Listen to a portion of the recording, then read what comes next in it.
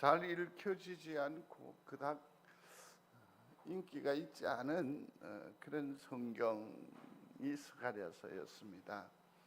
이것을 우리로 읽게 하시고 묵상하게 하시고 또 그 다음의 메시지를 주목하게 하신 때에는 분명히 어떤 성령의 인도하심이 있었으리라 생각을 합니다.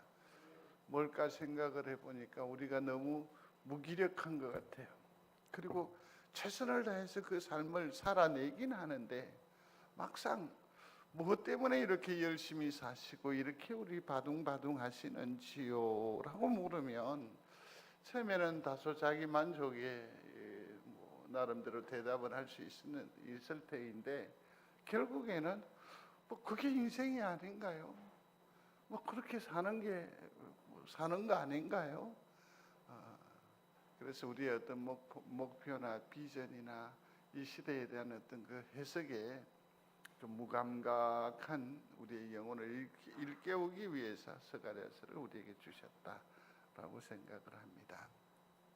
다시, 참 이 말이 참 좋은 말입니다. 다시 한번 소리해 보십시오. 다시. 제가 군 생활을 하사로 마쳤어요. 그래서 이제 구령을 할 때 일전에도 한번 말씀드린 바 있습니다. 예를 들어서 우양우 해야 되는데 좌양 틀렸어. 그러면 어떻게 하죠? 다시 이러면 돼요. 그러면 다 용서가 돼요. 그 엄격한 군율도 용서가 돼요. 좌양 다시 우양우 이렇게 하면 이 다시가 모든 걸 다 해결해 줘요. 다시. 오늘 아침처럼 선물로 다가오는 말이기도 하고 또 그래서 오늘의 뭔가를 계획하고 또 시도할 수 있게 해주는 이 말을 다시 지친 우리가 다시 일어서도록 힘을 북돋고 또 격려하고 응원하는 말이 다시라고 하는 겁니다. 그래서 이렇게 다시 사랑합시다. 다시 예배합시다. 다시 감사합시다. 다시 이전에 어찌했든지 이전에 우리의 모습이 얼마나 하나님 앞에 민망하고 부끄럽고 그게 무슨 상관이래. 다시 새롭게 하나님을 사랑하며 예배하며 또 감사하는 우리 모두가 되시기를 중심으로 소원합니다. 그럼요. 다시 또 오늘을 감당하는 거죠. 오늘은 스가랴서 12장과 14장을 살피면 12, 13, 14장을 살피면 스가랴서를 매조지할 수 있으리라고 생각을 합니다.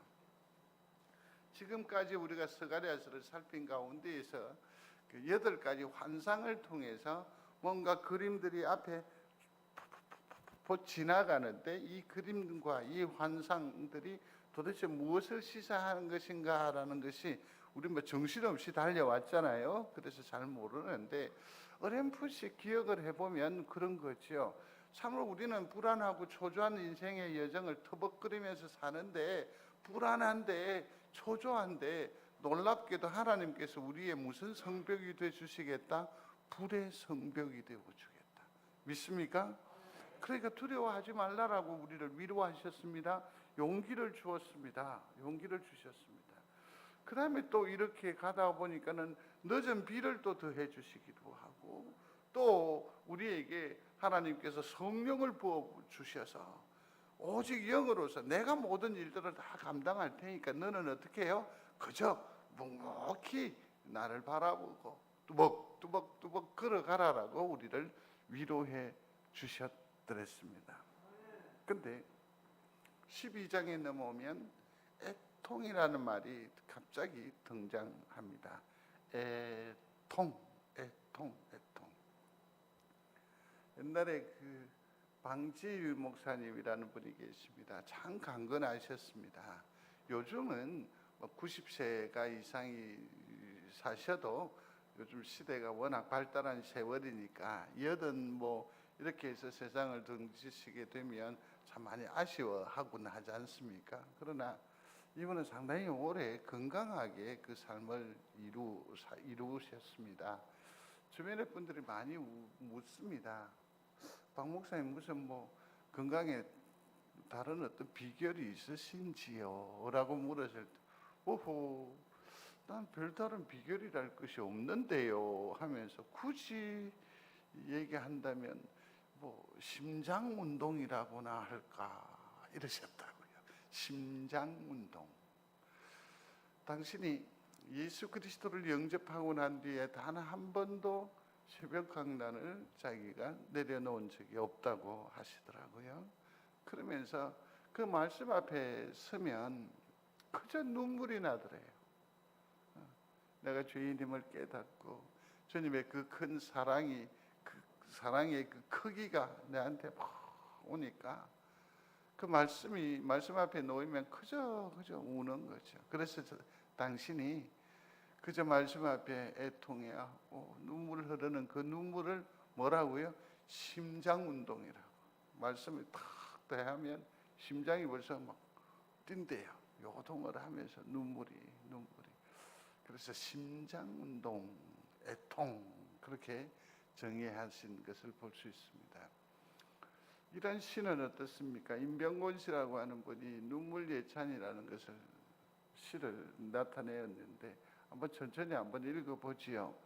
눈물은 보약입니다. 눈물은 그냥 물이지만 흘리고 나면 몸에 면역력이 생기는 종합 비타민입니다. 눈물은 해독제입니다. 해일처럼 밀려와 마음속을 뒤집고 우울과 절망을 밀어내는 살균수입니다. 눈물은 신비한 액체입니다. 쇠물도 못 녹이는 꽁꽁 얼어붙은 원수의 마음도 봄눈 녹듯이 녹입니다. 눈물은 하늘 씨앗입니다. 마음껏 울고 나면 웃음꽃이 피어나고 눈물을 뿌리면 기쁨을 추구합니다. 눈물은 약속입니다. 비견 후 희망의 무지개가 피어나듯 눈물 후 언약의 무지개가 떠오릅니다. 눈물은 은혜입니다. 은혜의 기도가 물러가면 은혜의 단비가 되어 촉촉히 내립니다. 이야, 눈물 흘리는 자가 복이 있습니다. 참, 한 시인의 노래이지만 참 맞는 말인 것 같아요. 참 맞는 말인 것 같습니다. 오늘 스가랴서에 나타나 있는 애통, 곧 눈물의 기도는 예사로운 것이 아닙니다. 이처럼 우리의 심사를 정화한다든지 또 지금의 어떤 삶의 지경을 얘기하는 것인데, 그럼에도 불구하고 이 스가랴서에 나타나는 이 눈물은 조금 그 방향이 다릅니다. 흘러내리는 눈물이 아니고 회개의 눈물인데, 이 눈물은 어떻게 해요? 거꾸로 흐른다라는 거죠. 우리의 눈물이 어디로 향한다고요? 하나님 심장으로 간다는 거죠. 우리가 우리의 삶의 자락에서 복음으로 말미암아 깨닫는 그 깊음의 영성으로 하나님 앞에 눈물로 기도하면 그 눈물이 다 흘러내려 그쳐지는 것이 아니라 하나님의 심장으로 흘러 들어가는 것임을 믿으시기를 바랍니다. 시편에서 그래서 말합니다. 나의 눈물을 주의 병에 담으소서.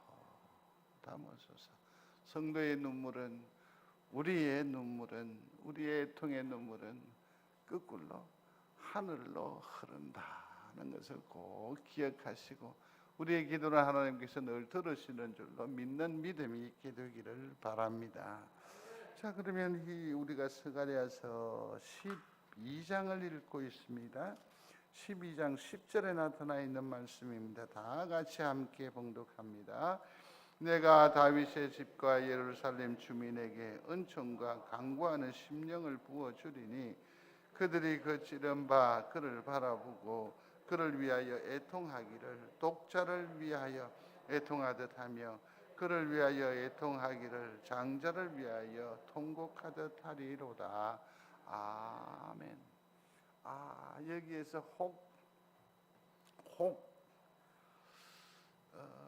애통을 해야 되는데 그 애통의 근본적인 이유가 뭔지 혹시 본문을 읽으시면서 누군가가 떠올려지던가요? 안 떠올려지셨어요? 자세히 보면 독자를 위하여 애통하듯 하며 장자를 위하여 통곡하듯 하리라. 생각하는 사람이 없습니까?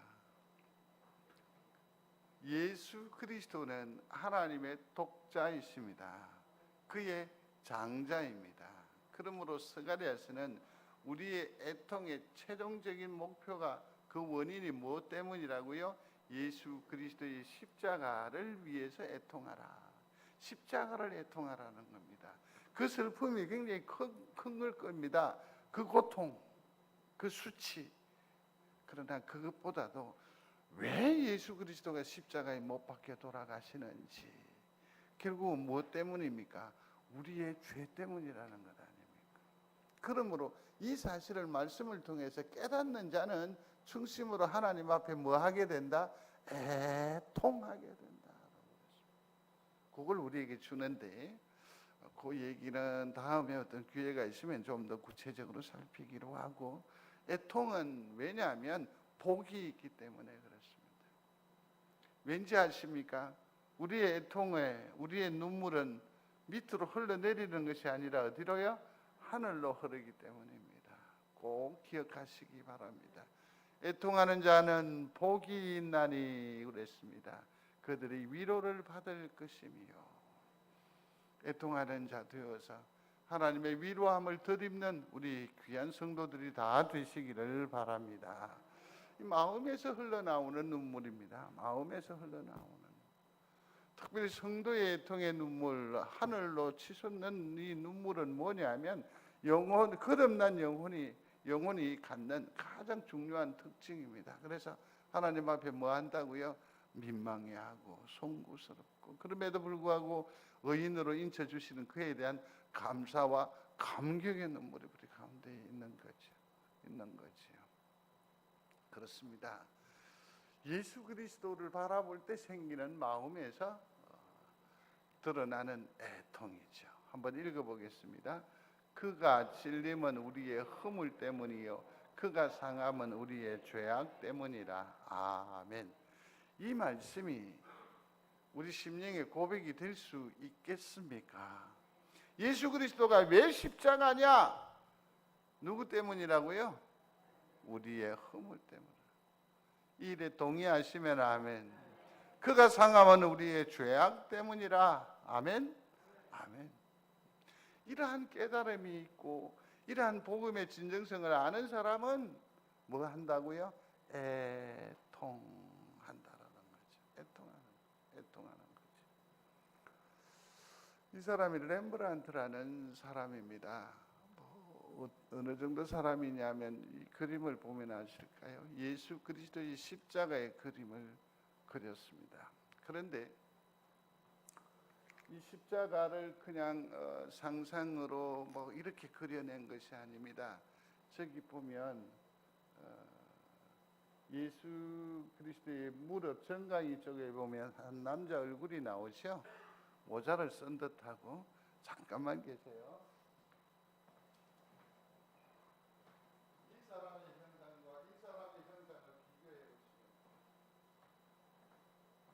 보시면 이 그림에 자기 자신을 그려놨어요. 예수 그리스도를 누가 십자가에 못 박았냐? 렘브란트는 자기 신앙 고백을 하는 거예요. 저입니다. 나예요, 나. 우리는 예수 그리스도의 십자가를 너무 멀리서 바라보는 것 아닌가요? 그런 렘브란트는 이 유명한 그림에도 자기 자신의 신앙 고백을 여기에 담았어요. 스데반이 돌을 맞습니다. 그 처참한 자리에 누가 스데반에게 돌을 던졌을까요? 렘브란트를 여기서 찾아오십시오. 내가 던졌다고. 내가 이웃을 정죄했다고. 내가 하나님의 의를 훼손시켰다고. 그게 렘브란트의 자기 신앙 고백이었습니다. 유명한 돌아온 당자 얘기 아니겠습니까? 저기 보면 발이 해졌습니다. 신발도 한쪽은 떨어져 나가버렸습니다. 그렇죠? 참으로 남루하기 짝이 없는 저 탕자의 모델을 누구이겠습니까? 자기 자신으로 삼았다라는 것 아닙니까? 말 안 듣고 제 멋대로 판단하고 나아간 그 탕자가 나일 수 있겠습니까? 나일 수 있겠지요. 때로는 그럽니다. 자기 스스로 죄를 짓고 상당히 민망해할 때 스스로를 합리화하면서 탕자도 받아주신 하나님께서 탕자인 나의 죄를 이렇게는 활용할 수 있을는지 모르겠는데, 좀 더 평안할 때 지금 이 탕자의 자리에 나를 대체할 수 있겠습니까? 렘브란트는 복음이 그에게 심장에 와닿았을 때, 그는 깨달았을 때에 그는 철저하게 자기가 죄인됨을, 예수 그리스도의 그 사랑, 하나님의 크신 사랑의 크기가 얼마나 대단한가를 그는 깨닫고 삶을 통해서 저렇게 구해내 나갔다는 거죠. 사랑하는 성도 여러분, 하나님께서 우리를 구원해 주셨습니다. 십자가로 우리의 모든 허물을 대신해 주셨습니다. 그러므로 우리는 어떻게 해야 합니까? 여기에 깨달음이 있다고 한다면 내 죄에 대해서 철저하게 애통해야 합니다. 애통해야 합니다. 애통의 깊이는 어떤 거냐? 외아들을 잃은 그런 부모가 당하는 그 슬픔의 애통이라고. 앞서 거기 보니까 장자란 말이 나왔죠. 독자란 말이 나왔죠. 하나님께서 그러한 아픔으로 우리가 하나님 앞에 애통해야 한다는 것입니다. 또 오늘 본문에서는 보면 두 가지의 경우를 제시하는데, 하나는 뭐냐면 부모가 아들을, 독자를 잃었을 때의 슬픔이 애통의 원인이 되고, 또 하나는 뭐냐면 선한 지도자를 잃었을 때 애통한다라고 했습니다. 선한 지도자를 잃었을 때. 이 말은 뭘 말하느냐 하면, 애통은 뭡니까? 진정하다는 거죠. 그래서 그 사람의 그 애통하는 눈물을 두고서 이게 뭐 진짜니 아니니 악의 눈물이니 이런 논쟁 자체가 불용하다라는 거죠.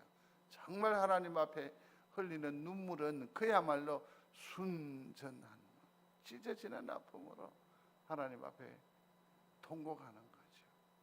사랑하는 성도 여러분, 주의 은혜를 사모하시는 여러분, 하나님 앞에 나아가 기도하는 것 외에 달리 방법을 모르시는 여러분, 나아가 기도하실 때에도 애통하시기를 바랍니다. 그러면 하나님 들으신다는 거죠. 애통의 기도. 그 다음에 또 하나 더 주목해 봐야 하면, 애통할 때에는 뭐가 있느냐 하면 반드시 애통을 수반하는 일에 있어서 이게 있습니다. 이게 뭐냐면 한번 소리하십시오. 찔림. 찔림은 다양하게 옵니다. 말씀이 우리에게 가장 찔림의 핵심입니다. 여러분, 말씀을 이렇게 보시면 말씀이 달고 묘한 그 말씀처럼 내 의도와 내 생각과 내 방향과 내 비전에 합치하는 말씀을 발견했었을 때는 길길이 뛰는 그런 즐거움이 있습니다. 그러나 대부분의 하나님의 말씀은 우리에게 어떻게 작용하던가요? 쓴물이에요. 대부분의 하나님의 은혜와 하나님의 영광은 뭐든가요? 찌르는 것이었어요.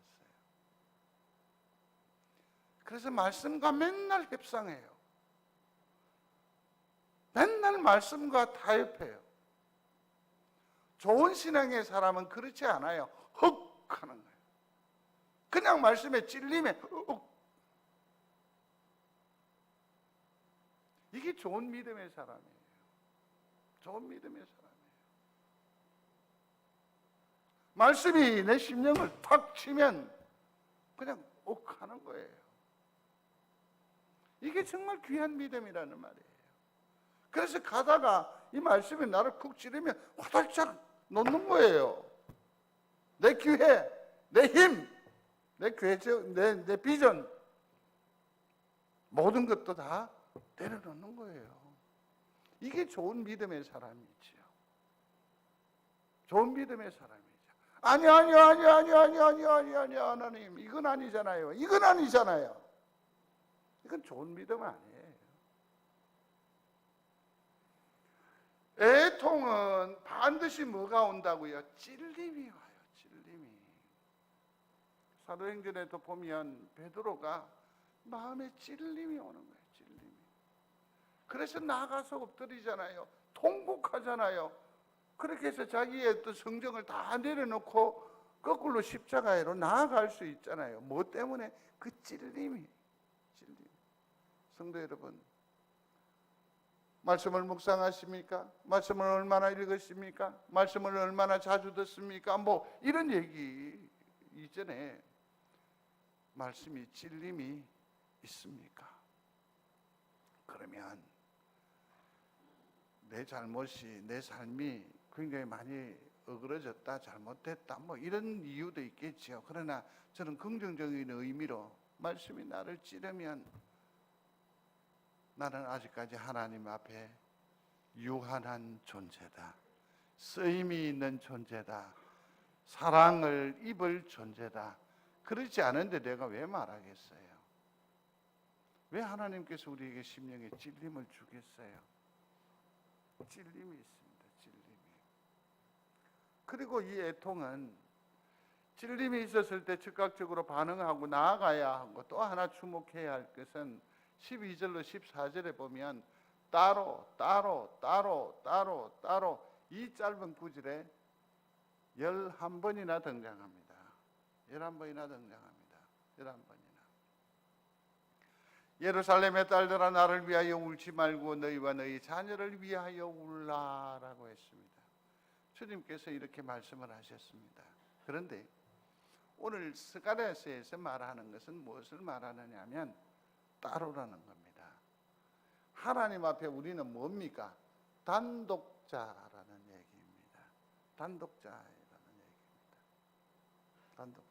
사랑하는 성도 여러분, 하나님 앞에 각각 애통하는 심령이 되시기를 바랍니다.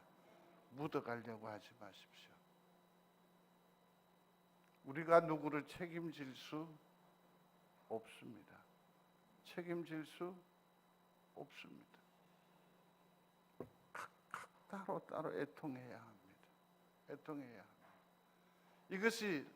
이것이 스가랴서가 우리에게 아주 강조하는 바입니다. 아주 강조하는 바입니다. 그렇습니다, 성도 여러분.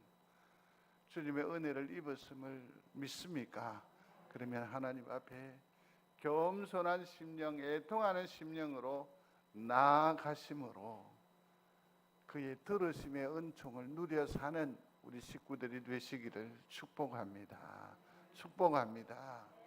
그러면서 오늘 얘기에 또 이제 13장으로 넘어가면 답답함이 해소되는 거죠.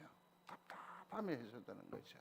우리가 미숫가루를 이렇게 아주 무더울 때 마시면 대부분 뭐라고 합니까? 속이 시원하다라고 하지 않습니까? 이제 고인이 되셨습니다. 이어령 씨 아시죠? 제가 서점에 영풍문고니까 신세계 그 몰의 그 지하 1층에 가면 영풍문고가 있습니다. 그 가면 한쪽에 걸터 앉는 자리가 있었어요. 그전에는 아주 그냥 많이 했는데 요즘은 그냥 이렇게 걸터 앉는데, 한 어른이 글을 읽으시는데 이렇게 봤더니 이어령 씨의 저작권이 있는 책은 전부 다 딱 손옆에 이렇게 딱 두고 아주 열심히 읽어 내려가시더라고요. 열심히. 여러분들도 이어령 씨를 한번 살펴보시기를 바랍니다. 왜냐하면 이분이 석학입니다.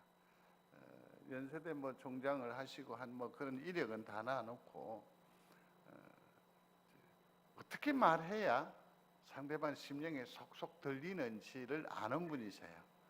그래서 그냥 다른 저작물보다 그냥 읽으면 이걸 이해시켜 주려고 무척 애쓰는 그런 모습이 있거든요. 한번 꼭 한두 권이라도 읽어보시면 참 재미가 있으리라 생각을 합니다.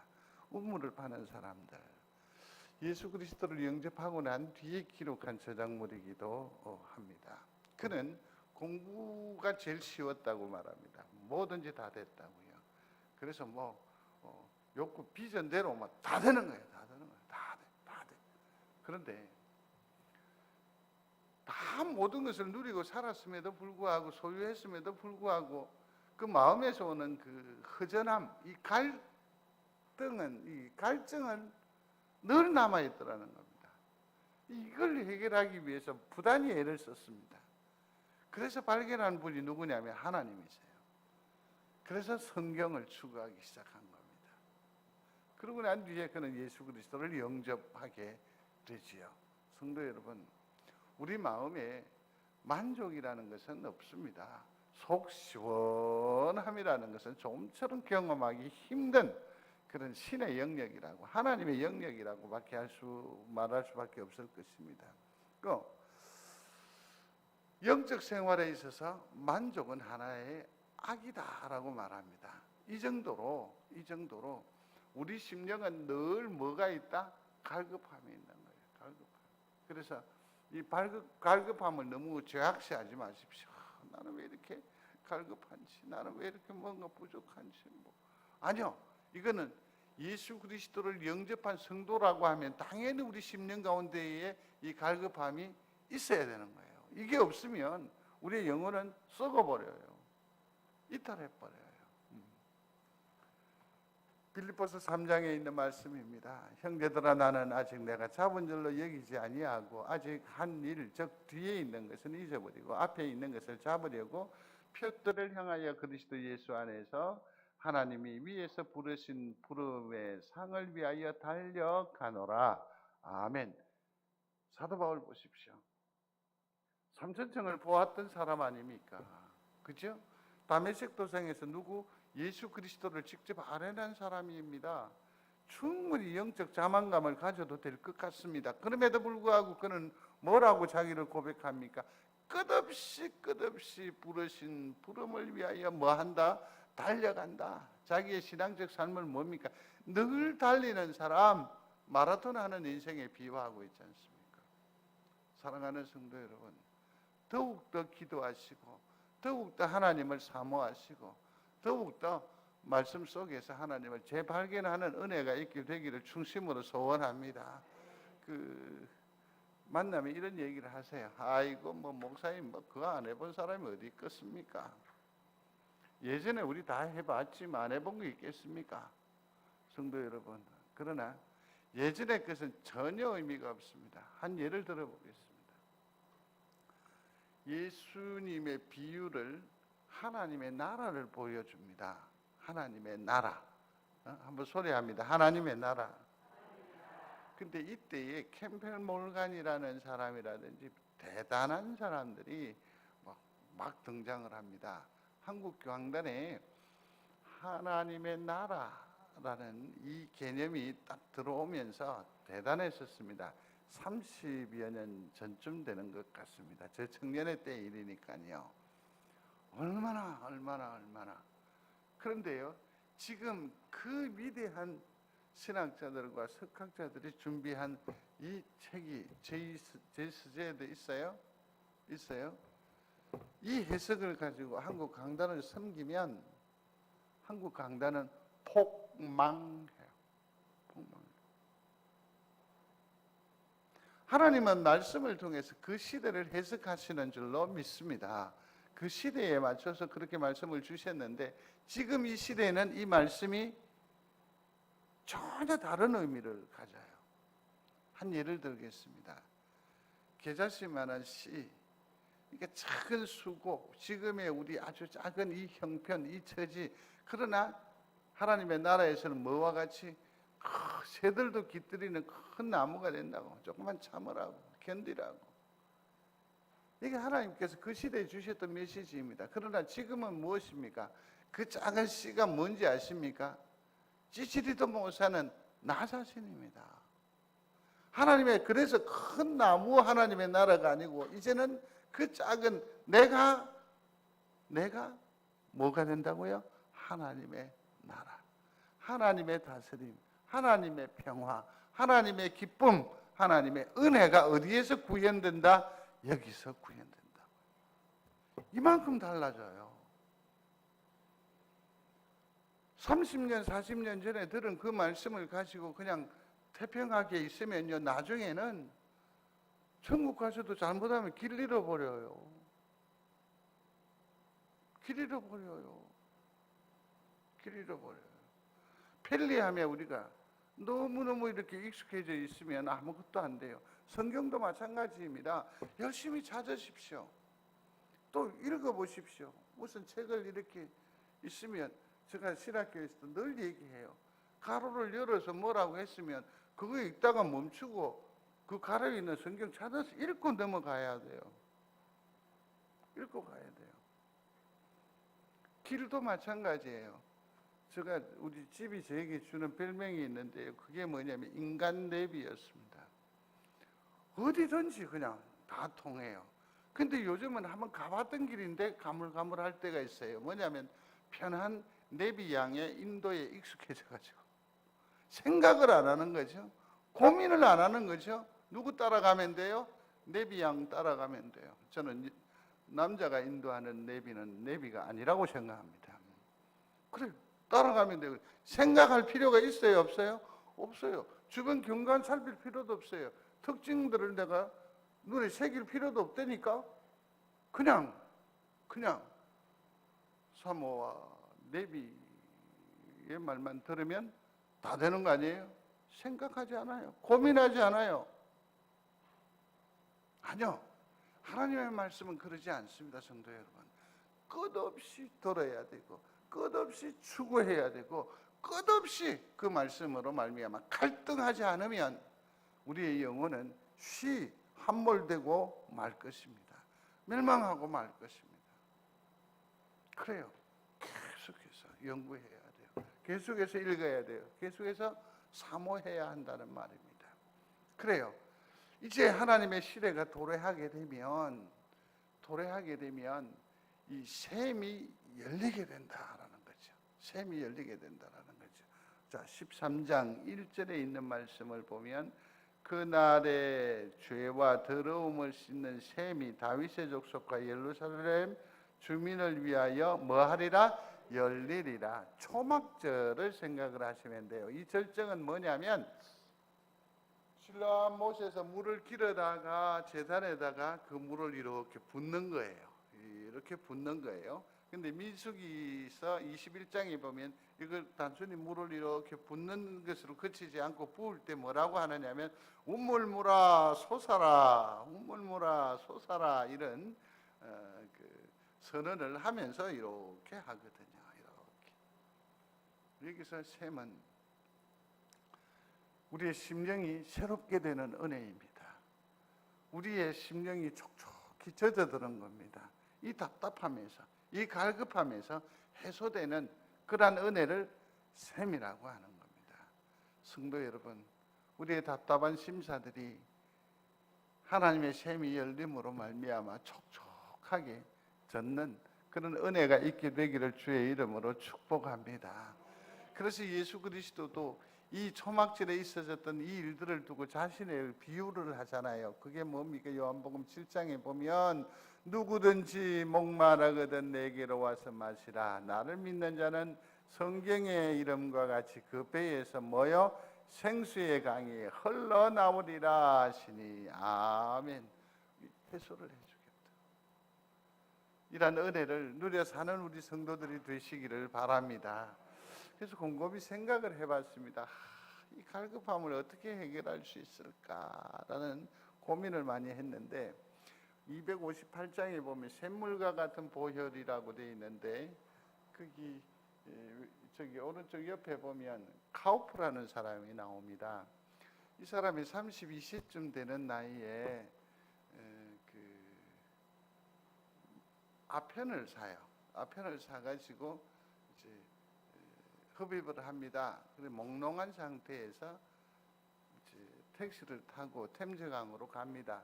자살하기 위해서 가는 겁니다. 근데 그날 안개가 그냥 촉촉하게 끼어서 베테랑인 택시기사가 이 철교로 가는데 1시간이나 뺑뺑뺑뺑뺑 돌아서 정신을 차리고 보니까 어디에 와 있냐면 내가 탔던 곳으로 되돌아온 겁니다. 그래서 1차적으로 실패했습니다. 그래서 이제 집 안으로 들어갔습니다. 집 안으로 들어가서 그냥 가도를 꺼내어서 자기 심장을 상하게 한 겁니다. 근데 이게 녹이 슬어서 이 너꿀이 이 부분에 딱 받치면서 이게 실패하고 맙니다. 그러니 주변의 사람들이 얼마나 그를 힘들게 했겠습니까? 그런데 목을 또 맵니다. 근데 숨이 넘어갈 즈음에 줄이 툭 끊어져서 또 실패하게 됩니다. 18개월 동안 그는 정신병원에 이제 입원을 하게 됩니다. 그러면서 그가 정말 혼돈 속에 갈등 속에 있었을 때에 로마서 3장 25절의 말씀을 그 병원에서 접하게 됩니다. 거기에 보면 예수 그리스도의 보혈, 그 피가 너를 살렸다라는 얘기입니다. 그래서 그가 그 말씀으로 그걸 써내려간 게 바로 샘물과 같은 보혈 이겁니다. 성도 여러분, 마음의 갈급함이고 내 심령의 샘이 터지지 않아 답답하십니까? 어떻게 하면 될까요? 보혈 찬송을 하십시오. 보혈을 의지하십시오. 그러므로 내 심령이 터쳐지게 될 줄로 믿습니다. 그래, 샘물과 같은 보혈은 이로 말미암아서 그가 영혼이 새롭게 됐다라는 것 아닙니까? 얼마나 귀합니까? 그렇죠? 우리 성도들의 영혼에 샘물이 열려지는 그런 은혜가 있게 되기를 중심으로 소원합니다. 샘물이 열려질 때에 무상이 제거됩니다. 내가 갈급하고 답답하니까 우리에게는 수단과 방법이 동원이 되지요. 그러면 뭐합니까? 어디에 누가 있다 카더라, 누가 어찌했다 카더라. 이 카더라가 사람 잡습니다. 사람 잡습니다. 아, 참, 오늘 들어오는데 문이 없으니까 다들 뭐 이상하다 하시고 그러시는데 그 조사를 했습니다. 제가 거의 수사하는 수준으로 조사를 했는데 노지을 권사님이 시켜가 일을 하다가 저기 됐다고. 그래서 그러면 누가 그래 했냐고 그랬더니 김형권 권장님이 깨딱하네요. 김형권 권장님이 깨딱하네요. 뭐 그 우쩍은 다행히 뭐 다치지 않아서 너무너무 감사하고 이번 주간 중에 아마 다시 보완을 해서 정리를 해놓으니까 걱정하지 마시기를 바랍니다. 내가 답답하잖아. 이러면 뭐 하는 거죠? 수단과 방법이 생각이 나는 거죠. 누가 어디에. 그러면서 자연스럽게 뭡니까? 예수 아닌 복음 아닌 다른 것이 내 수단이 되고 방법이 되는 우상이 되는 거죠. 우상이 되는 거죠. 정녕 하나님의 영광과 하나님의 기쁨이 내 마음속에서 탁 솟아나면 모든 의지를 다 내려놓고 누구만 바라보게 된다고요? 하나님만 바라. 우상이 제거되는 은혜가 있게 된다는 겁니다. 보십시오. 내가 답답해요. 내가 막 앞뒤 막 좌우 정신이 없는 삶을 이루고 살면 나를 변명하잖아. 나를 핑계하잖아. 핑계와 변명의 본색은 뭡니까? 거짓말이잖아요. 예수 그리스도가 우리 심장 가운데에서 와닿고 복음이 나를 딱 붙들면 거짓말할 필요 있습니까? 없습니까? 없어요. 솔직히 말하면 돼요. 그대로 말하면 돼요. 세 번째는 우리 심령에 뭐가 없어져요? 불순물이 없어져요. 의심이 없어져요.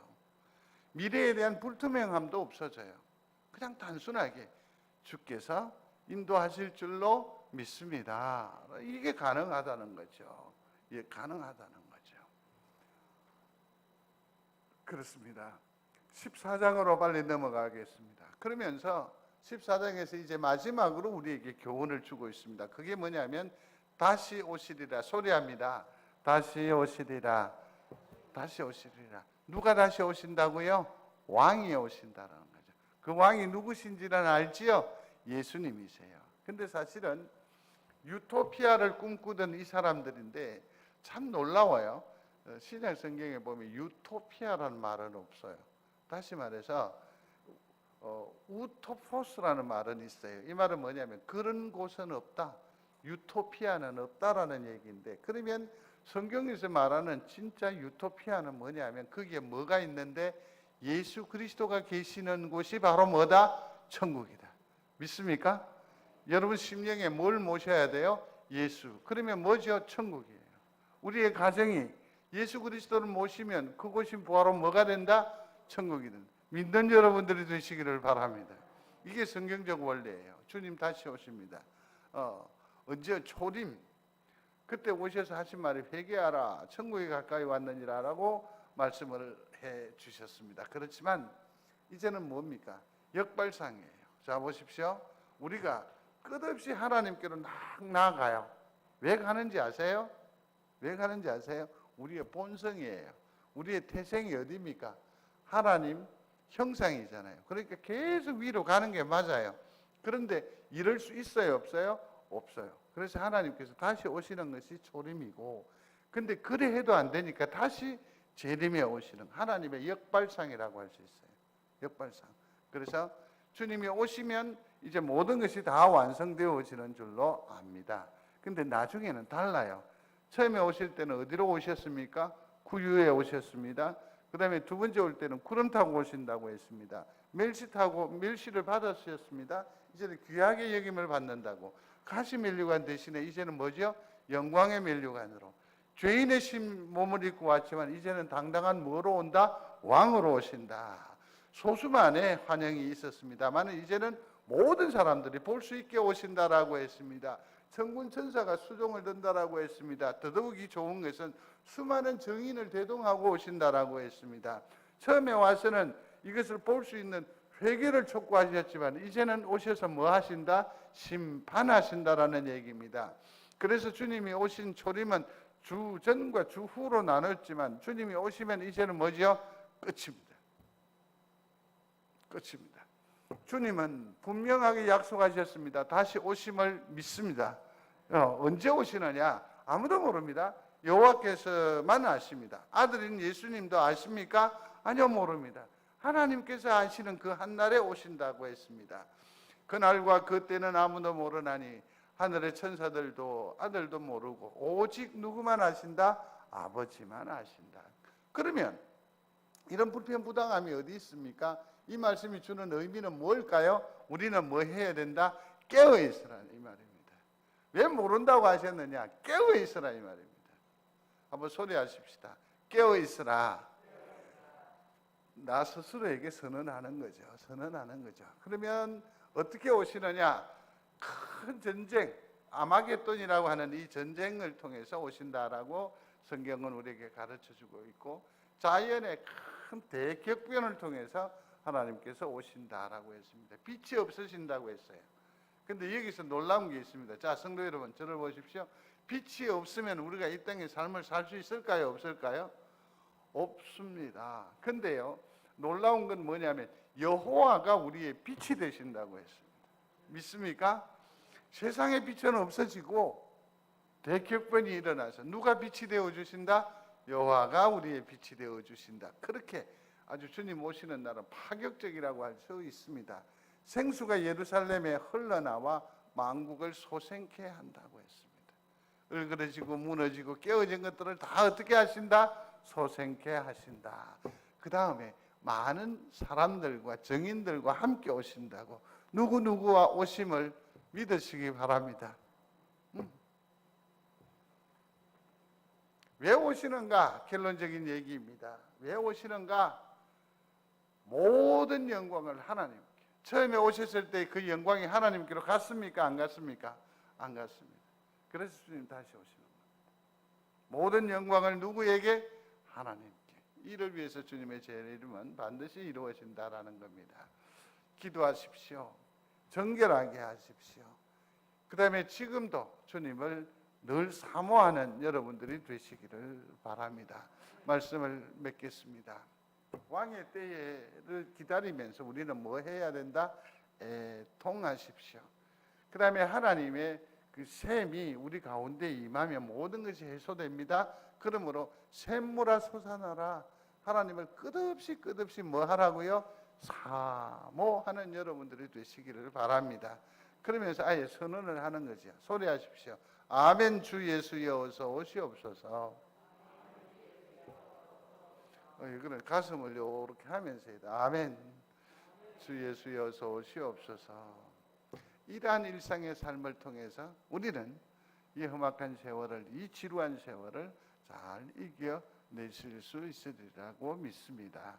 주님을 만나는 은혜가 조만간 성도들 중에 흘러넘치기를 주의 이름으로 축복합니다. 고마우신 하나님, 우리 애통하는 10년 가운데에 주의 거룩한 생수들이 흘러넘치게 하여 주옵소서. 예수님 이름으로 기도드리옵나이다. 아멘.